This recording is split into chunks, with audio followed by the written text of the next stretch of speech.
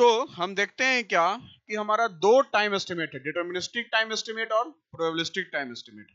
Deterministic time estimate में हमने क्या देखा कि हम अपने प्रीवियस एक्सपीरियंसेस के बेसिस पे एक सिंगल टाइम एस्टिमेटर क्या करेगा, प्लानर एस्टिमेट करेगा और उसको असाइन करेगा एक्टिविटी ड्यूरेशन के लिए। पेसिमिस्ट और प्रोबेबिलिस्टिक टाइम एस्टिमेट में तीन टाइम एस्टिमेट हमें चाहिए और हम एक ऐसा टाइम एस्टिमेट निकालेंगे जो इस तीनों के आसपास क्या होगा, लाई करेगा, इस तीनों के विद इन लाई करेगा। सो थ्री टाइम एस्टिमेट जो होता है हमारा, वो होता है optimistic time estimate, pessimistic time estimate और हमारा मोस्ट लाइकली टाइम एस्टिमेट। तो अगर हम ऑप्टिमिस्टिक टाइम एस्टिमेट की बात करते हैं तो ऑप्टिमिस्टिक बनिए, पॉजिटिविटी दिखाइए, मतलब हमारा जो नॉर्मल कंडीशन है, अगर उस नॉर्मल कंडीशन से ऊपर है, कंडीशंस हमारा बेहतर है, हमारा कंडीशंस या आइडियल कंडीशंस अगर हमारा एग्जिस्ट कर रहा है, तो वो क्या होगा, हमारा ऑप्टिमिस्टिक टाइम एस्टिमेट होगा, जिसको हम डिनोट करते हैं किससे, टी नॉट से करते हैं। अब बात कर रहे हैं पेसिमिस्टिक टाइम एस्टिमेट का। पेसिमिस्टिक टाइम एस्टिमेट मतलब क्या हुआ कि मैक्सिमम टाइम जो हमें चाहिए, जो एक्टिविटी को चाहिए, अगर कोई चीज, अगर मान लीजिए कि एबनॉर्मल कंडीशन आ गया, अर्थक्वेक आ गया, लेबर स्ट्राइक हो गया, फ्लड आ गया, ठीक है ना, मान लीजिए कोई बिल्डिंग बनना है, सरकारी बिल्डिंग, फ्लड आ गया, तो वो क्या होगा, कॉन्ट्रैक्टर का काम रुक जाएगा, कॉन्ट्रैक्टर को लॉस होगा। तो कॉन्ट्रैक्टर उस चीज को कंसीडर करते हुए उसका निकालेगा project completion time, different different activities को उसके अकॉर्डिंग क्या करेगा, वो असाइन करेगा टाइम ड्यूरेशन। तो उसको बोलेंगे क्या, pessimistic time. So it's the maximum time that is required for an activity if everything goes wrong and abnormal conditions prevail. जैसे आप एग्जाम वही, delay due to fire, earthquake, labour strike, so these are generally not considered, these are generally not considered, ध्यान रखिएगा।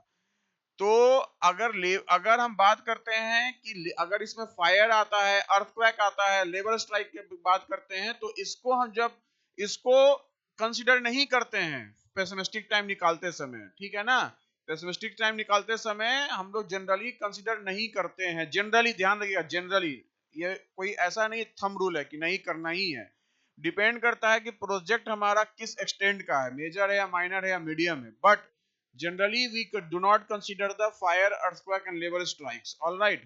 so most likely time जो होता है हमारा, अगर आपका नॉर्मल कंडीशंस अगर हमारा एग्जिस्ट करता है, तो जो टाइम हमारा हमें चाहिए उस एक्टिविटी को कंप्लीट करने के लिए, that would be the most likely time.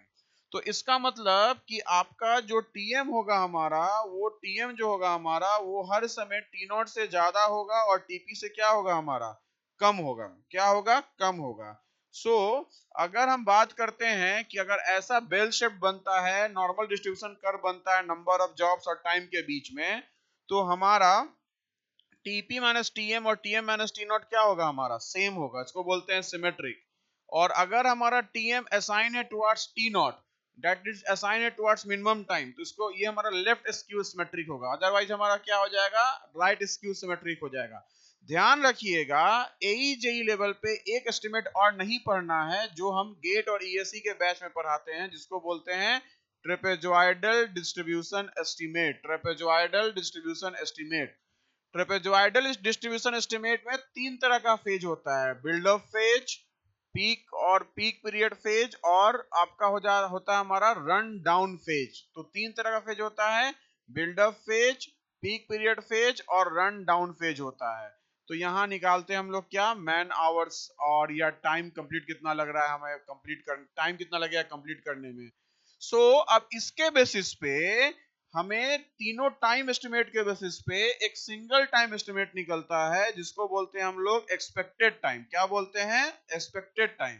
जो टी जो होता है हमारा, T that's equal to what, that's equal to T naught plus 4 TM plus TP upon 6, that's equal to weight average mean with the weight 1 4 and 6 respectively.